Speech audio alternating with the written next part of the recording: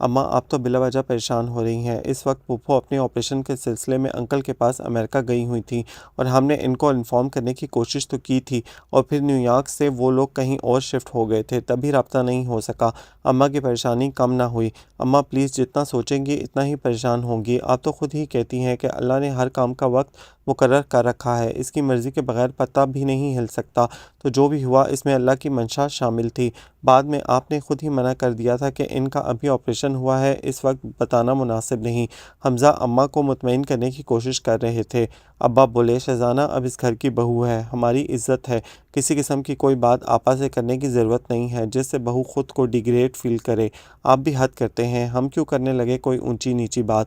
اماں خفگی سے بولی۔ اچھا یہ بتاؤ لاہور سے یہاں کیسے پہنچیں گے؟ ابا نے موڈ بحال کرنے کے لیے بات بدل دی۔ پتہ نہیں کیا کہہ رہی تھی کہ رجا کے ابو کے دوست گاڑی بھیج دیں گے اور وہیں یہاں چھوڑ کر بھی جائیں گے۔ اماں کہتے ہوئے اٹھ گئیں۔ رات ڈھل چکی تھی جب وہ لوگ پہنچے، سب ایک دوسرے کا حال احوال پوچھ رہے تھے۔ حمزہ کافی دیر ان کے پاس بیٹھ کر اپنے کمرے میں آ گئے جہاں شہزانہ افراتفری میں تیار ہو رہی تھی۔ صوفے اور بیڈ پر کپڑے پھیلے ہوئے تھے۔ انہیں دیکھ کر اس نے فوراً کپڑے الماری میں رکھے اور تیزی سے چوڑیاں پہننے لگی۔ اورگینزا کے ڈارک پرپل اور گرے کلر کا کلیوں والا سوٹ اس پر بہت خوبصورت لگ رہا تھا۔ کانوں میں پڑے جھمکوں کے سہارے بالوں میں اٹکائے، شانوں پر دوپٹہ پھیلایا اور ایک بار پھر آئینے کے سامنے اپنا جائزہ لیا۔ میں کیسی لگ رہی ہوں؟ گھبراہٹ میں وہ حمزہ سے پوچھ بیٹھی۔ جس انداز سے حمزہ نے آنکھیں سکیڑ کر دیکھا تو اسے اپنی غلطی کا احساس ہوا۔ فوراً بولی پلیز میں کوئی بدتمیزی نہیں کر رہی، وہ اصل میں اماں نے خاص ہدایت کی تھی کہ اچھے طریقے سے تیار ہونا۔ وہ بھوکلائی ہوئی بولتے ہوئے اور بھی سندر لگ رہی تھی۔ وہ بالکل اس کے سامنے آ کھڑے ہوئے۔ ٹھیک لگ رہی ہو، تعریف کے دو لفظوں پر اس کے ہونٹ کھل اٹھے تھے اور وہ اس کے من موہنے روپ کو دیکھتے رہے۔ دل ایک بار پھر مچلنے لگا۔ اس سے پہلے کہ دل کی خواہش پر وہ بے اختیار ہوتے، شانوں کی آواز پر شہزانہ فوراً کمرے سے باہر چلے گئے، پر حمزہ ابھی تک وہیں کھڑے اپنی کیفیت کو سمجھنے کی کوشش کر رہے تھے۔ یہ ماننے کو وہ تیار نہ تھے کہ ان کی دل میں اس کے لیے محبت ہے، یہ تو ناممکن ہے۔ وہ صرف اس لیے ہے کہ میں جانتا ہوں کہ شرعی طور پر میں اس پر حق رکھتا ہوں، بس اس لیے اس کی طرف کھنچا چلا گیا، حالانکہ دل ان کی اس دلیل کی نفی کر رہا تھا۔ پھوپھو کا رویہ شہزانہ کے ساتھ نارمل تھا، البتہ اماں اور ابا سے اب تک ناراض تھیں۔ حمزہ علی کو بھی کئی بار جتا چکی تھی کہ اگر پھوپھو سے ذرا بھی محبت ہوتی تو شادی لیٹ بھی ہو سکتی تھی۔ جواب میں حمزہ سے مسکرا دیتے تھے۔ رجا حمزہ سے صرف 2 سال ہی بڑی تھی، حد سے زیادہ بگڑی ہوئی تھی، اکلوتی ہونے کا بھرپور فائدہ اٹھاتی تھی۔ نئے دوست بنانا اور رات گئے گھر آنا اس کا مشغلہ تھا۔ ایک آدھ بار جب اماں نے پھوپھو کو سمجھانا چاہا تو ان کو سخت برا لگا۔ ارے اکیلی گھر میں پڑے پڑے بور ہو جاتی ہے، یہی کچھ دن تو عیش کرنے کے ہیں، پھر تو ساری عمر ہی گھر کی چاردیواری میں گزارنی ہے۔ اماں نے چپ رہنا ہی بہتر سمجھا۔ یہ ساری باتیں شانو شہزانہ کو بتا رہی تھی۔ دوسرے دن وہ دوپہر کا کھانا تیار کر رہی تھی، تبھی اماں بڑبڑاتے ہوئے کچن میں آ گئیں۔ توبہ ہے، ایک ہی بات کو بار بار پوچھ رہی ہیں۔ ارے ہمارا بیٹا تھا، کر دی ہم نے شادی۔ اماں آپ تو ابا کے زور ڈالنے پر رجا کو بہو بنانے پر تیار ہو گئی تھیں، وہ تو اچھا ہوا بھائی جان لاہور چلے گئے، ورنہ اب تو رجا شانو شہزانہ کے چہرے پر حیرت کے آثار دیکھ کر خاموش ہو گئی۔ تمہارے ابا بھی بہن کی محبت میں پاگل ہو رہے تھے۔ ارے جو لڑکی خود ایک گلاس پانی اٹھ کر نہیں پی سکتی وہ دوسرے کے کام کیا کرے گی؟ اللہ تعالیٰ کے ہر کام میں مصلحت ہوتی ہے۔ اماں نے شہزانہ کو مسکرا کر دیکھا اور پانی کا گلاس لے کر چلی گئیں۔ شانو تو کیا حمزہ رجا سے شادی کر لیتے؟ شہزانہ کو اب تک یقین نہیں آ رہا تھا، اس لیے پوچھ بیٹھی۔ ارے بھابھی اتنے مہینوں سے آپ کو اب تک یہ نہیں پتہ چلا کہ اماں کی ہر بات بھائی جان کے لیے مقدم ہے؟ جو اماں ایک بار کہہ دیتی تو بھائی جان آنکھیں بند کر کے شادی کر لیتے، وہ تو بس اماں کا خود ہی ارادہ نہیں تھا۔ شانو تیزی سے کام کرتے ہوئے دوبارہ بولی۔ بھائی جان کو تو گاؤں کی زندگی سخت ناپسند ہے، صرف اور صرف اماں کی خاطر یہاں رہ رہے ہیں۔ اس قدیم گھر میں جتنی بھی جدید سہولیات و آسائشیں آپ کو نظر آ رہی ہیں سب بھائی جان کی خاطر ہیں، تاکہ وہ شہر جانے کا نام نہ لیں۔ ایک اور راز کی بات بتاؤں، وہ شہزانہ کے قریب ہو گئے۔ آپ کے ساتھ شادی بھی اماں کی مرضی سے ہی ہوئی ہے شہزانہ، اتنا تو میں بھی جانتی ہوں، لیکن آپ یہ نہیں جانتی کہ لفظ اماں جس پر شروع میں آپ کو بہت تعجب ہوتا تھا، یہ ہم سب اس لیے کہتے ہیں کہ یہ بھائی جان کو پسند ہے۔ دونوں ہی بے ساختہ ہنس دیں۔ 3 دن بعد پھوپھو اور رجا واپس چلی گئیں۔ حمزہ ہی ان کو لاہور ایئرپورٹ چھوڑنے گئے تھے۔ شہزانہ جانتی تھی کہ یقیناً شام بھی ان کے ساتھ ہوگا۔ زندگی بہت پرسکون اور سہل ہو گئی تھی، لیکن اس دن وہ حمزہ کے لیے نئے روپ سے آشنا ہوئی۔ اس قدر شدید غصے میں حمزہ کو دیکھ کر وہ حیرت زدہ رہ گئی۔ وہ اور شانو اماں کے ساتھ باتوں میں مصروف تھی کہ شبو ڈری سمی بھاگی ہوئی آئی۔ اماں جی چھوٹے صاحب سا غصے میں ہیں جی، اللہ خیر کرے، کیوں کیا ہوا ہے؟ اماں گھبرائی ہوئے اٹھ گئیں۔ عثمان حمزہ کی گرجدار آواز ان کو سنائی دی۔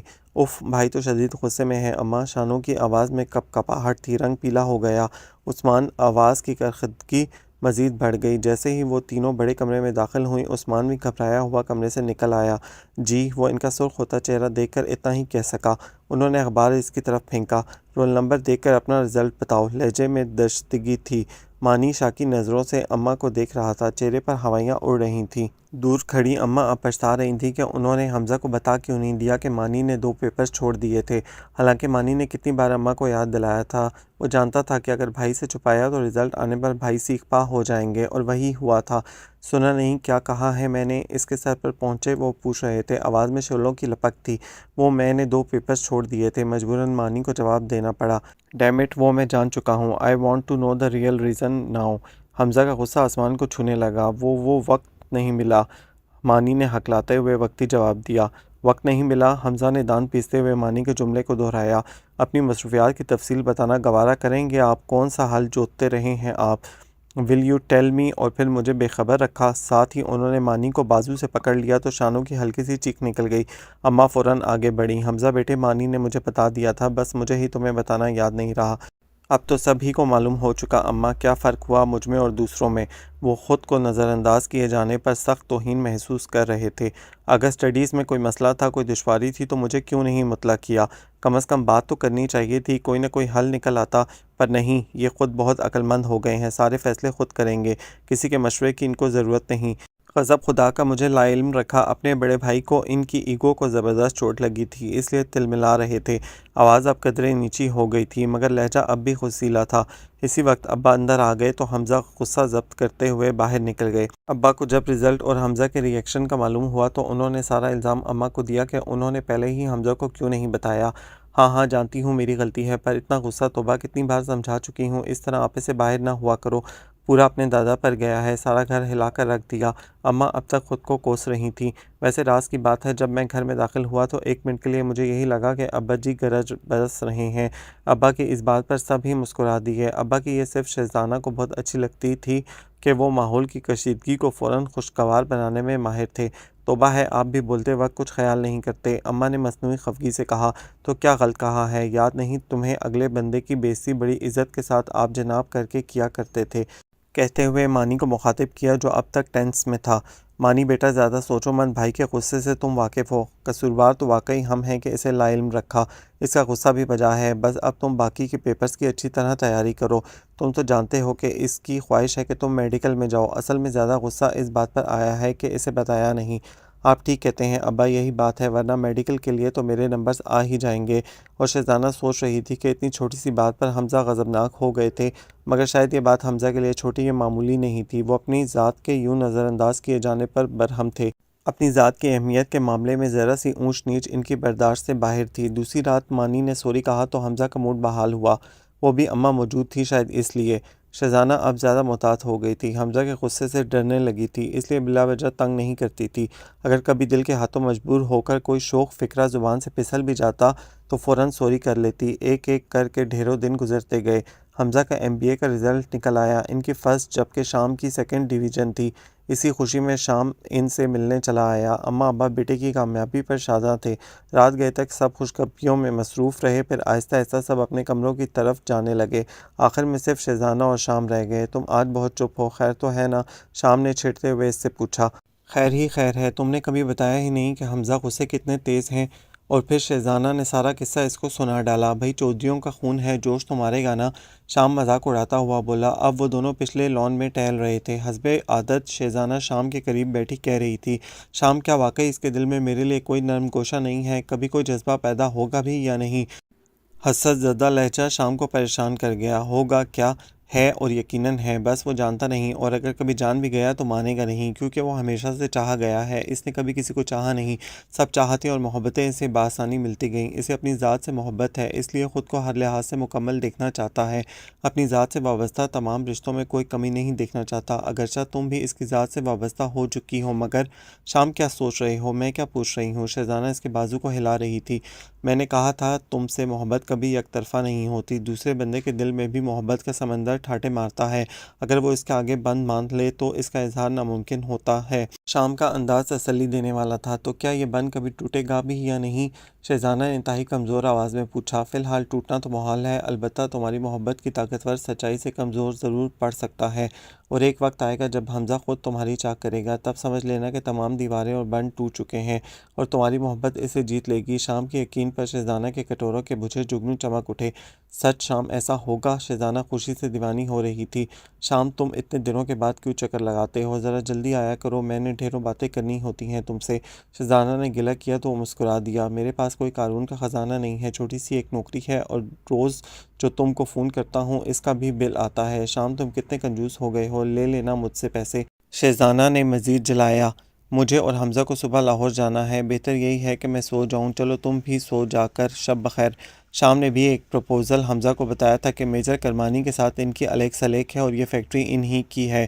بقول میجر کرمانی کے ہماری نئی جنریشن میں کچھ کرنے کا جوش اور جذبہ ہوتا ہے، اس لیے انہوں نے حمزہ سے ملنے کے بعد ان کو ہائی پوسٹ کی آفر کی تھی، اور سیلری بھی خاصی اٹریکٹیو تھی، اس لیے حمزہ اس آفر پر سنجیدگی سے سوچ رہے تھے۔ 2 ہفتے ہو گئے تھے ان کو لاہور گئے۔ شہزانہ کو لگ رہا تھا کہ حمزہ کو دیکھے ہوئے صدیاں ہو گئی ہیں۔ عجیب سی بے کلی اور بے چینی نے اسے اپنے حصار میں لے رکھا تھا۔ اداس شام لان میں اتر رہی تھی۔ ٹہلتے ٹہلتے اس کی نظر درختوں پر لپٹی بیلوں پر پڑی۔ قریب جا کر اپنی مرمری انگلیوں سے ان کو چھوا اور سوچنے لگی، ان بیلوں کی کیسی باوفا اور سچی محبت ہے کہ ان تنوں سے جدا ہوتے ہی ان کا دم نکل جاتا ہے۔ بے ارادہ اس نے سر تنے پر ٹکا دیا اور آنکھیں بینچ کر حمزہ کو تصور میں دیکھنے لگی۔ اس کا تصور اس قدر مستحکم تھا کہ حمزہ کے قدموں پر بھی نہ چونکی۔ حمزہ مبہوت سے اسے دیکھتے رہ گئے۔ اس کی بکھری زلفیں ہوا میں لہرا رہی تھیں، بڑا سا دوپٹہ زمین کو چھو رہا تھا، میک اپ سے پاک چہرے کی اپنی چمک تھی، وہ قدرت کا ایک شاہکار لگ رہی تھی۔ اپنے جادوئی حسن سے بے خبر وہ حمزہ کے پیچھے دیوانی تھی، اور اسی بات پر حمزہ کبھی کبھی اترا جاتے تھے۔ وہ اسے دیکھتے اور سوچتے بہت کچھ اس کے قریب پہنچ گئے۔ اکیلی یہاں کیا کر رہی ہو؟ حمزہ نے نارمل آواز میں پوچھا۔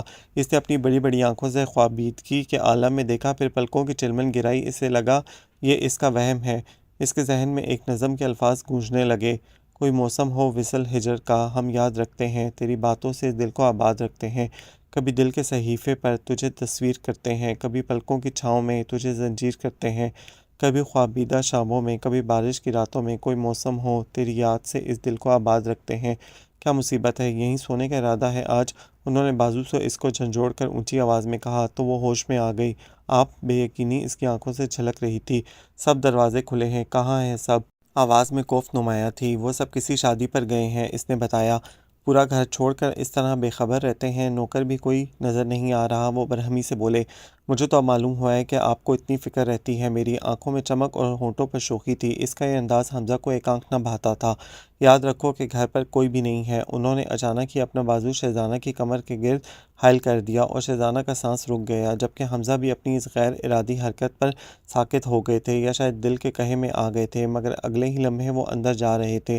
سب بڑے کمرے میں بیٹھے چائے پی رہے تھے، اور حمزہ میجر کرمانی کے متعلق ایک ایک بات اماں کو بتا رہے تھے۔ تو بیٹا سوچ کیا رہے ہو، جوائن کر لو، ابا بولے۔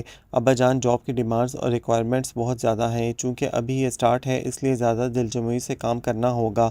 First impression is last impression. مسئلہ اب یہ ہے کہ مجھے لاہور ہی رہنا پڑے گا، 1-2 ماہ کے بعد چکر لگایا کروں گا۔ انہوں نے اماں کے چہرے کی طرف دیکھ کر کہا، ایک مسئلہ اور بھی ہے کہ مانی کا سپلی کا رزلٹ آنے والا ہے، میڈیکل کے لیے اسے بھی لاہور جانا پڑے گا، پھر آپ لوگ یہاں اکیلے کیسے رہیں گے؟ مانی کو بھی ہاسٹل میں رہنا پڑے گا، میں یکسوئی سے کام نہیں کر پاؤں گا، آپ لوگ الگ یہاں فکر مند رہیں گے ہر وقت۔ یہ باتیں سوچ کر ہی میں نے میجر کرمانی کو ابھی تک کوئی جواب نہیں دیا۔ مسئلہ تو ہے، پر بیٹا تم ہماری فکر نہ کرو، ہم رہ لیں گے، ابا جی نحیف سی آواز میں بولے۔ کیسے رہ لیں گے؟ کمال کرتے ہیں آپ، اماں کا تو دل بیٹھا جا رہا تھا۔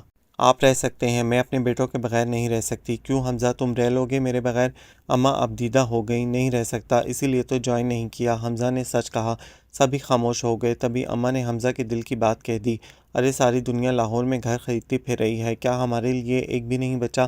اماں کے انداز پر سب ہی ہنس دیے۔ حمزہ نے جوائن کر لیا۔ 2 ماہ کے اندر اندر وہ گلبرگ شفٹ ہو گئے۔ سب سے زیادہ خوشی شہزانہ کو تھی کہ وہ اپنے شام کے پاس آ گئی تھی۔ نئے در دیوار سے مانوس ہوتے ہوتے انہیں 4 ماہ گزر گئے۔ اپنی پرانی یادیں تازہ کرنے وہ کئی بار شام کے فلیٹ میں جا چکی تھی۔ میجر کرمانی اپنی فیملی کے ساتھ 2-3 بار آئے تھے۔ عجب ہے در محبت کا، جو مرضی پر نہیں کھلتا، نہیں چلتا یہاں سم سم، کسی کو دوش کیا دیں ہم۔ سچ ہی ہے، آپ کسی کو محبت کرنے پر مجبور نہیں کر سکتے۔ کسی کے دل کے دروازے خود بخود آپ کے لیے کھل جائیں تو ٹھیک، ورنہ وہاں ہمیشہ قفل پڑا رہے گا، چاہے آپ پوری زندگی دستک دیتے رہیں۔ شہزانہ کی مایوسی بڑھتی جا رہی تھی، کیونکہ حمزہ کی بیگانگی کا عالم جوں کا توں تھا۔ اب تو وہ پورا دن آفس گزار کر آتے اور کھانا کھاتے ہی سو جاتے، کئی دن بات کیے بغیر گزر جاتے، اور جب اس کے حوصلے جواب دینے لگتے تو وہ شام کو فون کرتی اور جواب میں وہ اس کو نئی امید کا سرا تھما دیتا۔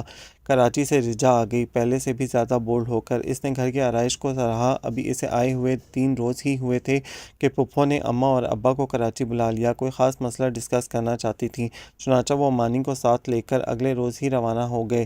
رجا فون پر نہ جانے کس سے گھنٹوں باتیں کرتی رہتی۔ حمزہ کے آفس جاتے ہی وہ خود بھی نکل جاتی اور 5 گھنٹے بعد واپس لوٹتی۔ شہزانہ اور شانو فون پر رجا کی باتیں سن کر خوفزدہ ہو جاتی، لیکن دونوں ہی حمزہ کے غصے سے ڈرتی تھیں، اس لیے چپ رہیں۔ ابا اماں کو گئے پورا 1 ہفتہ ہو گیا۔ کہتے ہیں وقت کا پہیہ ہمیشہ یکساں رفتار سے نہیں چلتا، جب کبھی یہ سرکش گھوڑے کی طرح اندھا دھند دوڑتا ہے تو اپنے قدموں تلے بہت کچھ ڈھونڈتا چلا جاتا ہے۔ یہ بے حس اور بے پرواہ بنا انسانی جذبات کو کچلتا اور اذیت دیتا چلتا ہی رہتا ہے۔ حمزہ کی گاڑی شام کو گجرانوالہ کسی مشاعرے کے لیے لے گیا تو ان کو ٹیکسی پر گھر آنا پڑا۔ رات کے 10 بج چکے تھے۔ جب وہ گھر کے اندر داخل ہوئے تبھی پچھلے راؤنڈ کی دیوار پھلانگ کر کوئی بھاگا اور دوسرا وجود تیزی سے اندر کی طرف۔ حمزہ تیز چلتے اندر آئے تو شہزانہ پیچھے کی طرف کھلنے والے دروازے کی طرف سے پھولی سانسوں کے ساتھ آگے بڑھ رہی تھی۔ شہزانہ حمزہ کو دیکھ کر لرز گئی، حمزہ کی رگیں تن گئیں، چہرہ لال ہو گیا۔ یو بچ! حمزہ شہزانہ کو زبردستی بازو سے کھینچتے ہوئے سیڑھیاں چڑھنے لگا۔ حمزہ میری بات سنیے۔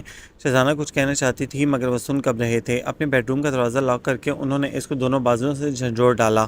کون تھا وہ؟ بولو، کب سے یہ چکر چل رہا ہے؟ کب سے ہماری آنکھوں میں دھول جھونک رہی ہو؟ حمزہ کی آواز میں آگ کے گرم شعلے تھے۔ آپ غلط سمجھ رہے ہیں، میں آپ کو بتانے والی تھی۔ شہزانہ کانپتے ہوئے بولی۔ اب کیا بتاؤ گی تم؟ اب تو میں خود دیکھ چکا ہوں۔ میں نہیں جانتا تھا کہ تم اس قدر گری ہوئی ہو، تم جیسوں کی فطرت نہیں بدل سکتی۔ علی ایک دم ہی بپھر گئے۔ انہوں نے شہزانہ کے بالوں کو سختی سے مٹھی میں جکڑ لیا۔ شرافت سے رہنے کا شوق ہو گیا پورا؟ ہاں بتاؤ کون تھا وہ؟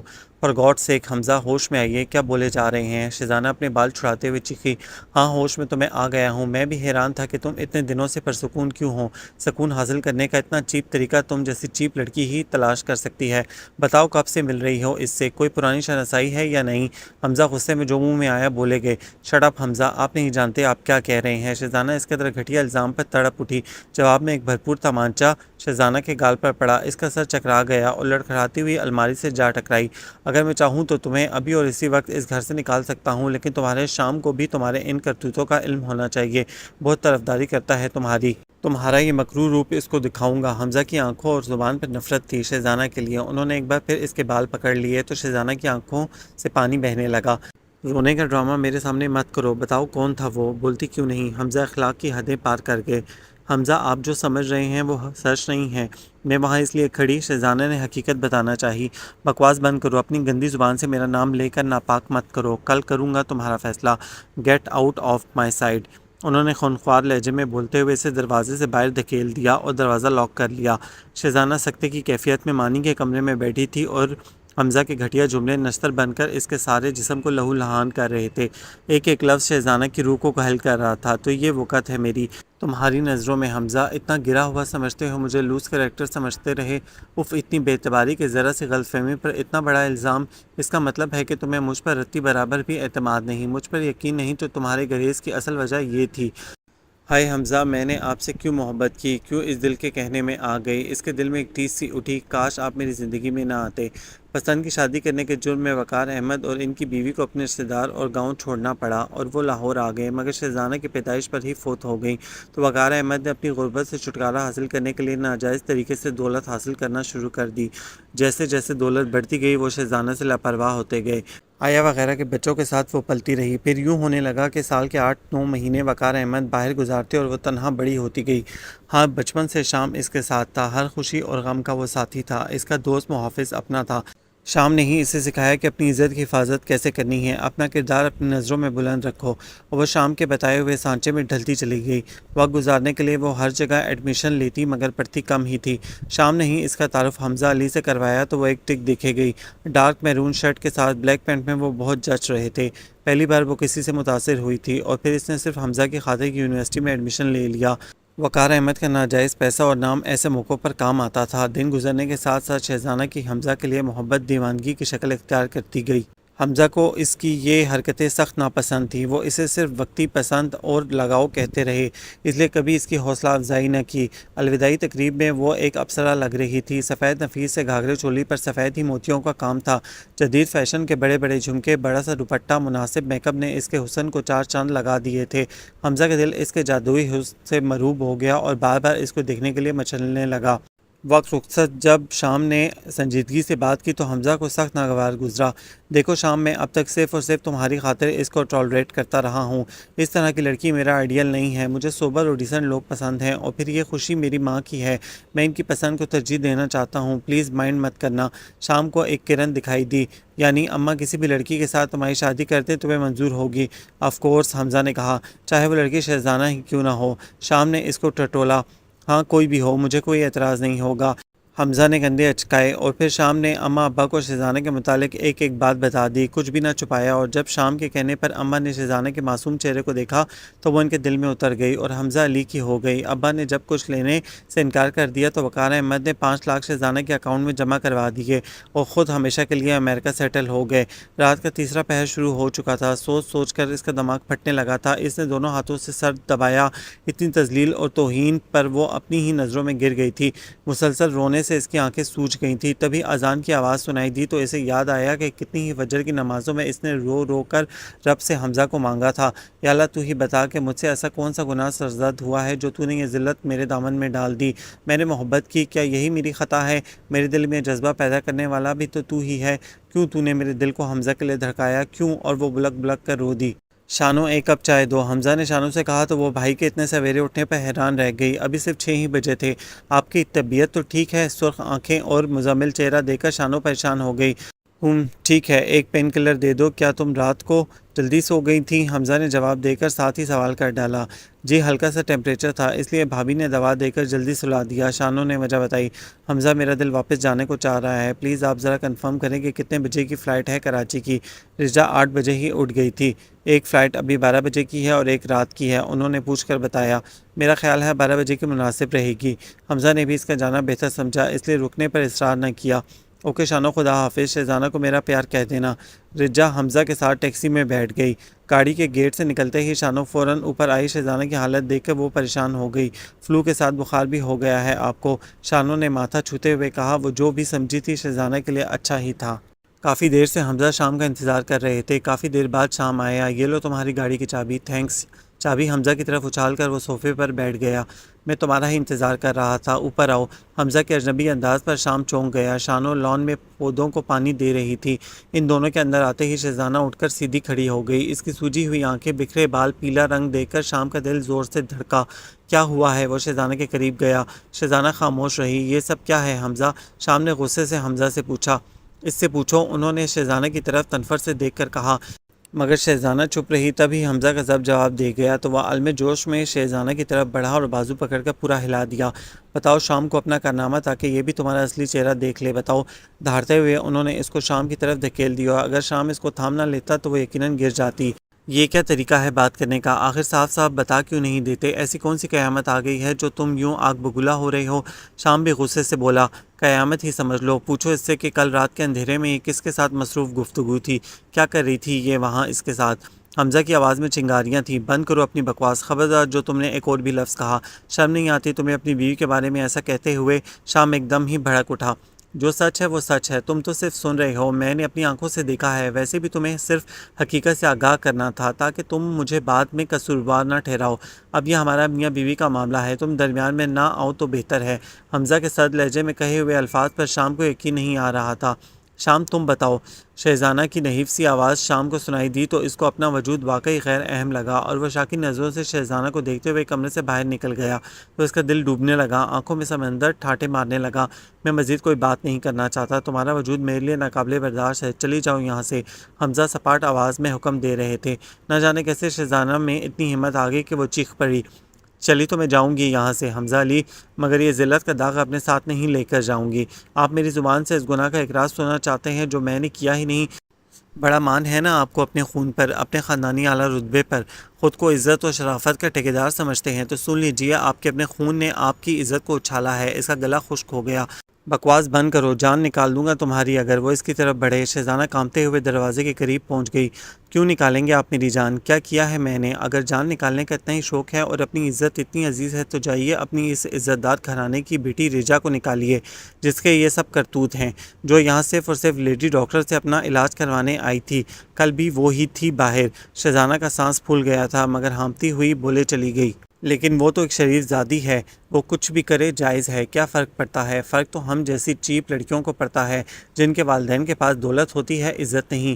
ہم جیسی آزادانہ ماحول میں پرورش پانے والی لڑکیوں کی عزت کی گارنٹی کون دے گا؟ ہم کیا جانیں شرم و حیا کیا ہوتی ہے؟ ہم تو گری ہوئی ہیں، ہم گندگی کی پروردہ ہیں، ہماری سوچ غلیظ ہے۔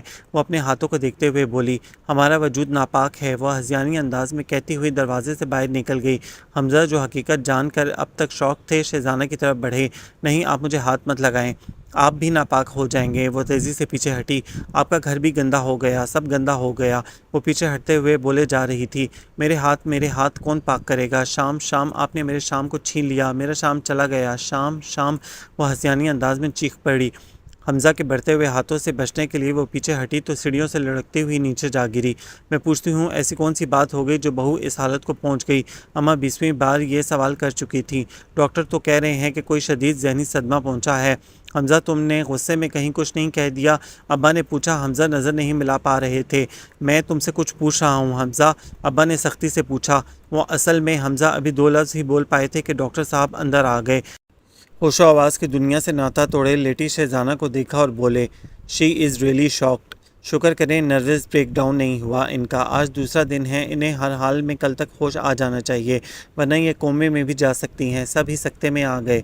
ایک رات اور دن ہسپتال میں گزار کر وہ گھر آئے تھے۔ اپنے کمرے کا دروازہ کھولا تو سامنے ہی دیوار پر لگی تصویر پر نظر پڑی، وہی شوخ مسکراہٹ، وہی آنکھوں کی مخصوص چمک جو حمزہ کو دیکھ کر پیدا ہوتی تھی۔ حمزہ جوتوں سمیت ہی بستر پر گر گئے۔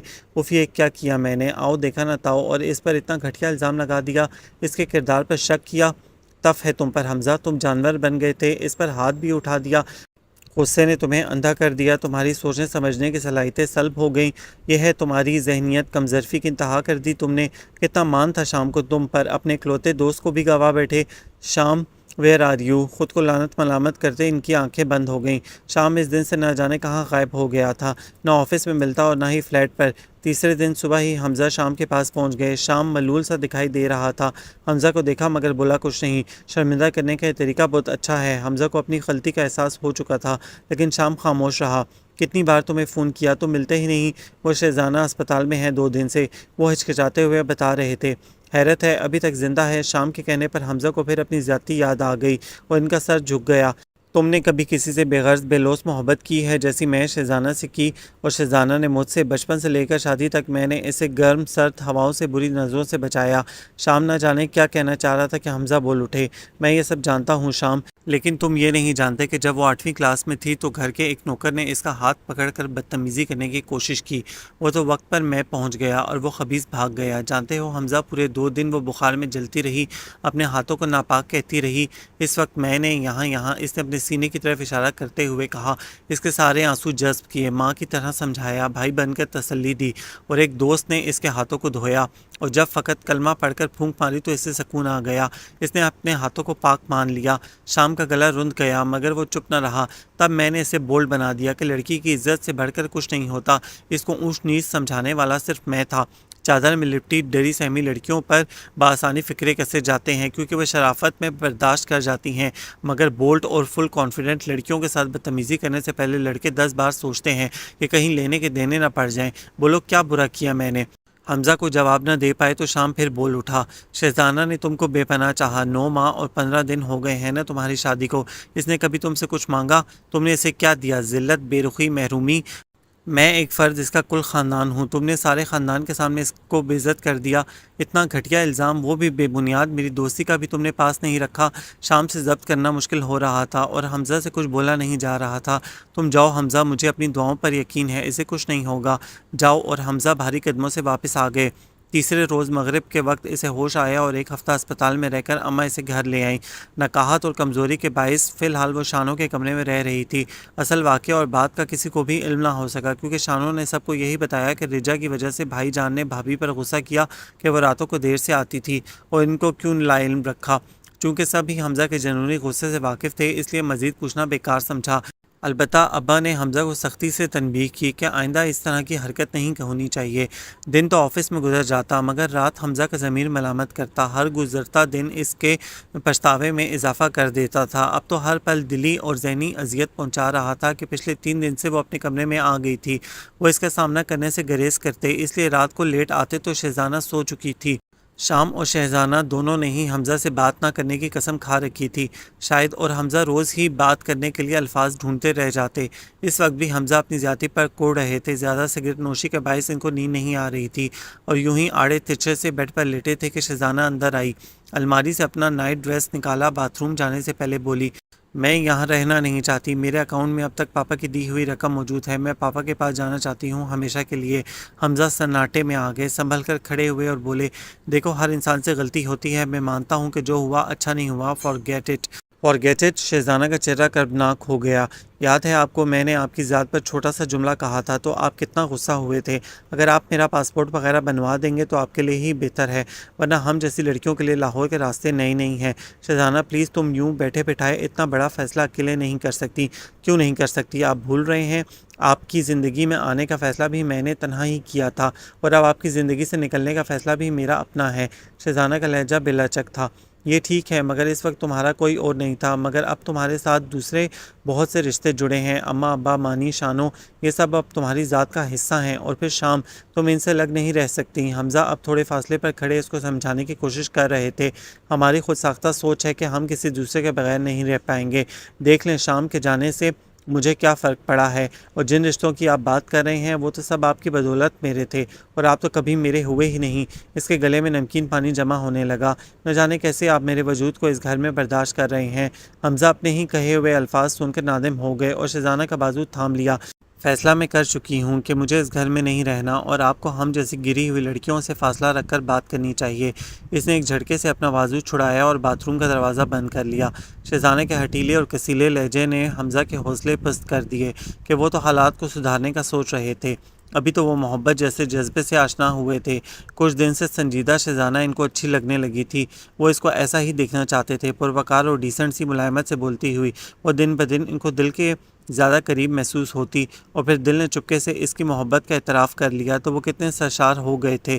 وہ اس کو پا کر مطمئن تھے، مگر خود ہی اپنے ہاتھوں سے آگ لگا بیٹھے۔ کیوں خود کو فریب دیتے رہے، کیوں اس کی محبت کا اقرار نہ کیا؟ اب تو وہ قطعاً ان کی بات پر یقین نہ کرے گی۔ حمزہ کشمکش کا شکار ہو گئے، تھوڑا تھوڑا جمع کرتے رہنے سے دل اور زیادہ بکھر گیا ہے۔ اب سوچتا ہوں سمیٹنے کی کوشش نہ کی ہوتی تو اچھا تھا۔ تمہارے بعد اور تمہارے بغیر میں بہت فرق ہے، تمہارے بغیر میں بہت کچھ ہے، اور تمہارے بعد میں شاید کچھ بھی نہیں، سوائے تقسیم در تقسیم کے عمل کے۔ ہمارے ساتھ جو کچھ ہونا تھا لگتا ہے صرف میرے ساتھ ہوا ہے۔ دل اور زیادہ بکھر گیا ہے، اور بکھر کر آدھے سے زیادہ کہیں کھو بھی گیا ہے۔ آنکھیں موندے وہ اپنی تقدیر پر رو رہی تھی۔ یہ شہر اور اس کی ہوائیں ہمیشہ میری خوشی چھینتی آئی ہیں۔ شام کے بعد اب حمزہ بھی، اس نے جانے کا فیصلہ تو کر لیا تھا، مگر تڑپ رہی تھی، تمہارے بعد تو میرا دامن خالی ہو جائے گا، وہ بھی ہمیشہ کے لیے، کوئی نہیں رہا میرا۔ وہ گھٹنوں پر سر رکھ کر رو دی، تبھی ایک مضبوط بازو نے اس کو اپنے حلقے میں لے لیا اور وہ حیرت زدہ سی مسرت کے حصار میں گر گئی۔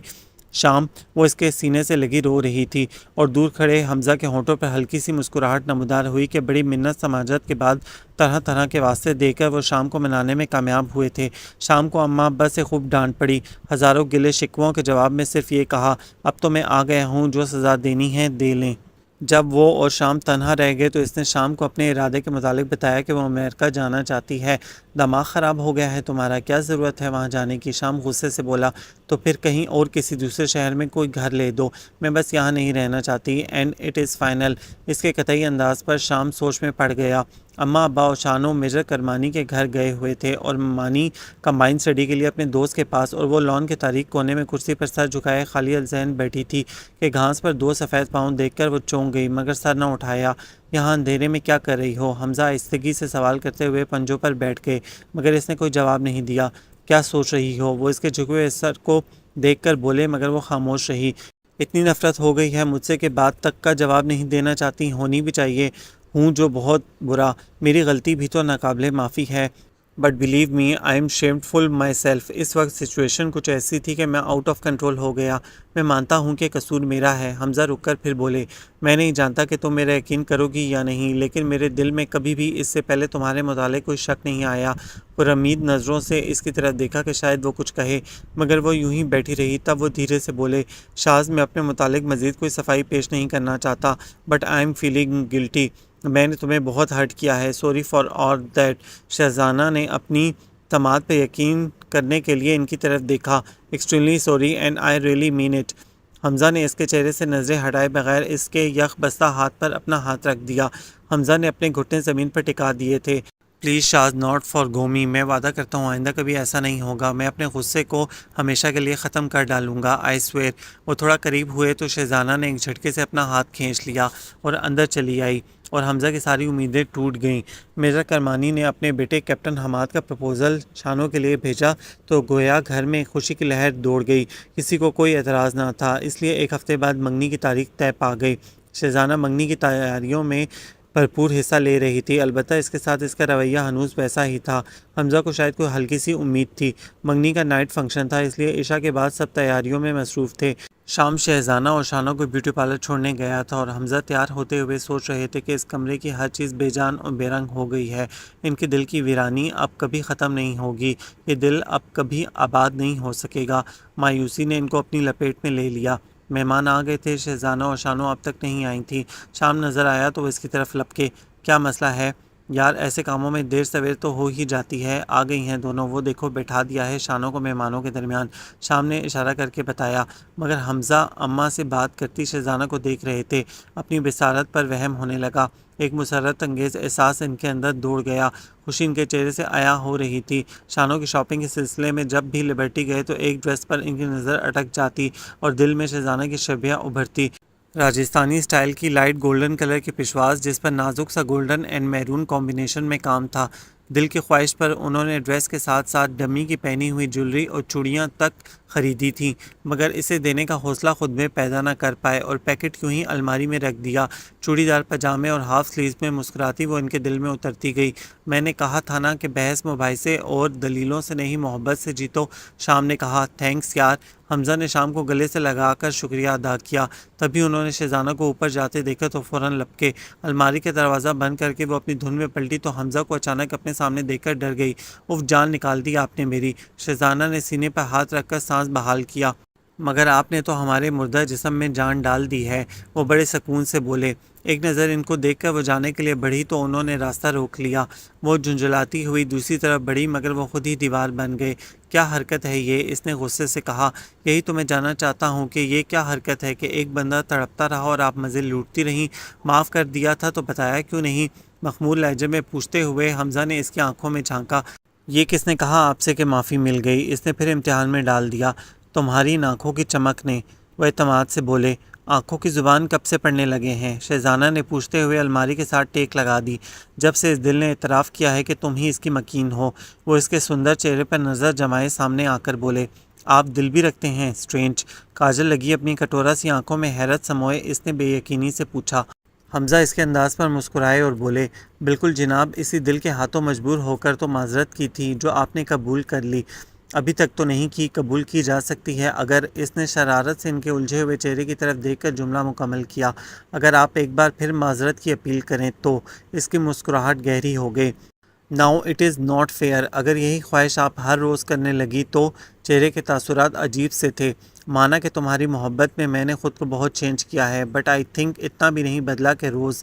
ان کے سچ کہنے پر شہزانہ بے ساختہ ہنس دی تو وہ قریب ہو کر بولے، you looking so nice so beautiful. سرگوشی کرتے لہجے کے خمار پر شہزانہ کی پلکیں جھک گئیں اور حمزہ علی کا دل اور بھی بے قابو ہو گیا تو انہوں نے آہنی بازو اس کی کمر کے گرد حائل کر دیا.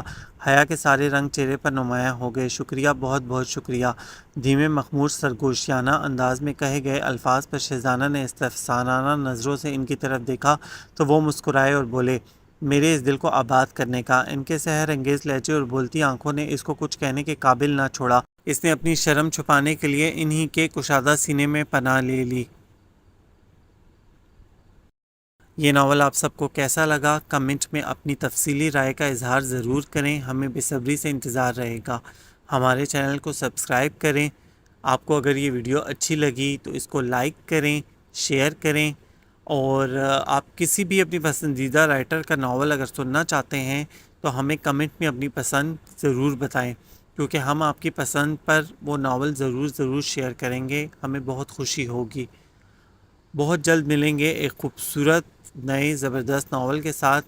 امید ہے آپ کو انتظار رہے گا. اللہ حافظ.